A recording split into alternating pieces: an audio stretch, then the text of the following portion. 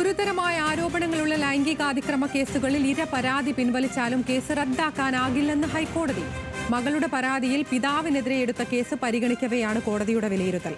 പ്രായപൂർത്തിയാകാത്ത മകൾ ഉന്നയിച്ച പരാതി ഗൗരവതരമാണ്. ആരോപണം ഗുരുതരമായതിനാൽ വിചാരണ നേരിടണമെന്നും കോടതി വ്യക്തമാക്കി. ഷബ്ന സിയാദുണ്ട്. ഷബ്ന, വിവരങ്ങൾ. മകൾ സ്കൂളിലെ കൗൺസിലിംഗിനിടെയാണ് ഇത്തരത്തിലൊരു പരാതി ഉന്നയിച്ചത്. 6ാം ക്ലാസ്സിൽ പഠിക്കുമ്പോഴാണ് മകൾ പിതാവ് പീഡനത്തിനിരയാക്കി എന്ന രീതിയിൽ സ്കൂൾ കൗൺസിലിംഗിനിടെ പരാതി ഉന്നയിക്കുകയും പിന്നീട് ഇത് കേസ് ആകുകയും ചെയ്തു. ഈ കേസ് രജിസ്റ്റർ ചെയ്ത് ഇതിന്റെ അന്വേഷണം പുരോഗമിക്കുകയും അതിന്റെ വിചാരണാ ഘട്ടത്തിൽ എത്തുകയും ചെയ്ത സാഹചര്യത്തിൽ മകൾ തന്നെ ഈ പരാതിയിൽ നിന്നും താൻ പിന്മാറുന്നു. അത്തരത്തിലൊരു പരാതി ഇല്ല എന്ന രീതിയിൽ മൊഴി നൽകുകയും പിന്നീട് ഈ പരാതി പിൻവലിക്കാൻ തയ്യാറാകുകയും ചെയ്തു. ഇതേ തുടർന്നാണ് ഈ പിതാവ് ഹൈക്കോടതിയെ സമീപിച്ചത്. അന്ന് അമ്മയും, അതായത് ഈ മകളും അമ്മയും തനിക്കെതിരെ മൊഴി നൽകിയിരുന്നു.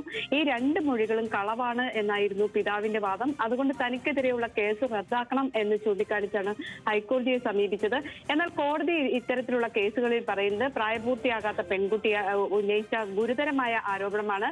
പ്രായപൂർത്തിയാകാത്ത പെൺകുട്ടി അല്ലെങ്കിലും ഗുരുതരമായ ലൈംഗികാതിക്രമ കേസുകൾ ഉള്ള ആരോപണങ്ങൾ, അത്തരത്തിൽ ആരോപണങ്ങൾ ഉന്നയിച്ച് കേസ് രജിസ്റ്റർ ചെയ്താൽ അത് പിന്നീട് ഇര അതിലെ അതിജീവിച്ചാലും അത് റദ്ദാക്കാൻ പറ്റില്ല എന്നാണ് ജസ്റ്റിസ് ബദറുദ്ദീന്റെ ഉത്തരവിലുള്ളത്.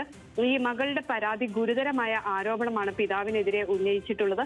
അതുകൊണ്ട് തന്നെ പിതാവ് വിചാരണ നേരിടണം. അതുകൊണ്ട് ഈ ആരോപണം ഗുരുതരമായതിനാൽ ഈ കേസ് റദ്ദാക്കാൻ സാധിക്കില്ല എന്ന് കോടതി വ്യക്തമാക്കുകയും പിതാവിനോട് വിചാരണ നേരിടാൻ നിർദ്ദേശിക്കുകയും ചെയ്തു.